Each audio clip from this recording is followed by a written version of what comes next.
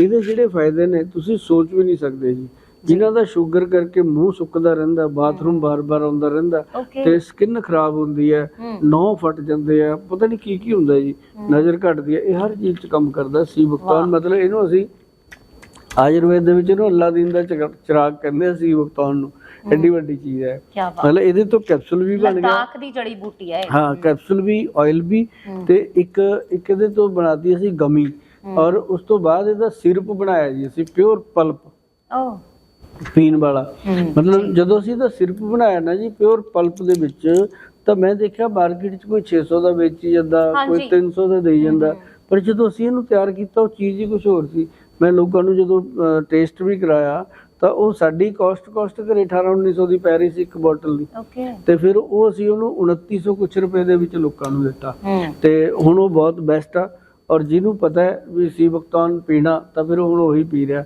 ਪਰ ਸਾਡਾ ਬਣਿਆ ਵੀ 250 ml 'ਚ, ਅਸੀਂ ਬਹੁਤਾ ਵੱਡਾ ਪੈਕ ਨਹੀਂ ਬਣਾਇਆ। 250 ml ਜਿਹਨੇ ਲੈਣਾ 2 ਬੋਤਲ 4 ਬੋਤਲ ਉਹ ਲੈ ਜਾਂਦੇ ਆ।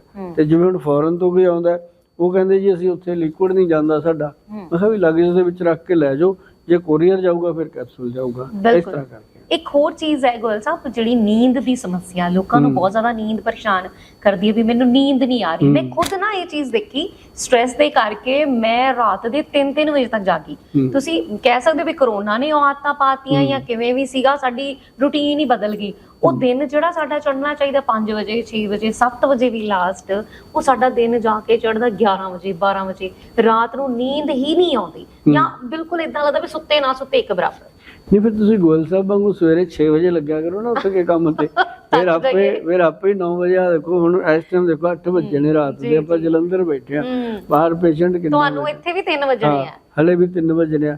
ਪਰ ਮਤਲਬ ਕਹਿਣ ਦਾ ਕਿ ਥਕਾਵਟ ਤੁਹਾਨੂੰ ਆਵੇ ਜਦੋਂ ਤੁਸੀਂ ਬੈੱਡ ਤੇ ਜਾਵੋ, ਬੈੱਡ ਤੁਹਾਡੀ ਵੇਟ ਕਰ ਰਿਹਾ ਹੋਵੇ, ਆ ਜਾ ਯਾਰ ਸੋ ਜਾ।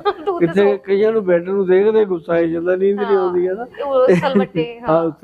ਉਹਨਾਂ ਨੂੰ ਸਭ ਤੋਂ ਵੱਧ ਪ੍ਰੋਬਲਮ ਪਤਾ ਕੀ ਹੁੰਦੀ ਹੈ?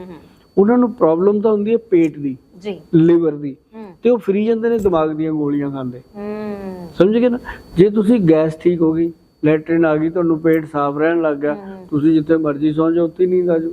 ਤੁਹਾਡੇ ਨੇੜੇ ਤੇੜੇ ਜਿੱਦਾਂ ਬੱਚੇ ਹੁੰਦੇ ਸੀ ਆਪਾਂ ਹਨਾ, ਸੋਫੇ ਤੇ ਹੀ ਸੋ ਜਾਂਦਾ ਸੀ ਤੇ ਬਾਅਦ ਚ ਉੱਠਦੇ ਸੀ ਤੇ ਬੈੱਡ ਤੇ ਹੁੰਦੇ ਸੀ। ਇੱਕ ਤੁਸੀਂ ਮੈਲਾਟੋਨਿਨ ਬਾਰੇ ਸੁਣਿਆ ਹੋਊਗਾ ਜੀ। ਮੈਲਾਟੋਨਿਨ ਇੱਕ ਇਦਾਂ ਦਾ ਦਰਵ ਹੈ ਜਿਹਨੂੰ ਖਾਓ 5 ਮਿੰਟਾਂ ਬਾਅਦ ਚਾਹੇ ਢੋਲ ਵੱਜੀ ਜਾਂ ਨੀਂਦ ਆ ਜਾਂਦੀ ਹੈ। ਔਰ ਇਹਦਾ ਕੋਈ ਸਾਈਡ ਇਫੈਕਟ ਨਹੀਂ, ਮਲਟੀ ਵਿਟਾਮਿਨ ਹੈ।